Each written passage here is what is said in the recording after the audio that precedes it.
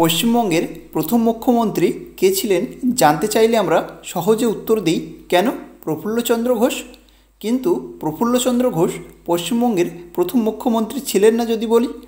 আসলে 1947 সালে 3রা জুলাই প্রফুল্লচন্দ্র ঘোষের নেতৃত্বে 11 জন সদস্যকে নিয়ে পশ্চিমবঙ্গের প্রথম মন্ত্রিসভা গঠিত হয় এবং এই 11 জনের মধ্যে প্রফুল্লচন্দ্র ঘোষ পশ্চিমবঙ্গের প্রথম প্রধানমন্ত্রী নির্বাচিত হন।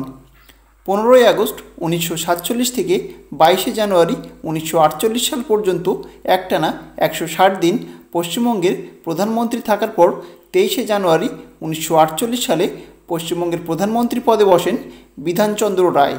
বিধানচন্দ্র রায় 2 বছর 3 দিন পশ্চিমবঙ্গের প্রধানমন্ত্রী ছিলেন। 1950 সালে 26শে জানুয়ারি সমগ্র ভারতবর্ষব্যাপী ভারতীয় সংবিধান কার্যকর হলে পশ্চিমবঙ্গে প্রধানমন্ত্রী শাসনের অবসান ঘটে। এইভাবে 1950 সালে 26শে জানুয়ারি পশ্চিমবঙ্গে প্রথম মুখ্যমন্ত্রী নির্বাচিত হন বিধানচন্দ্র রায়।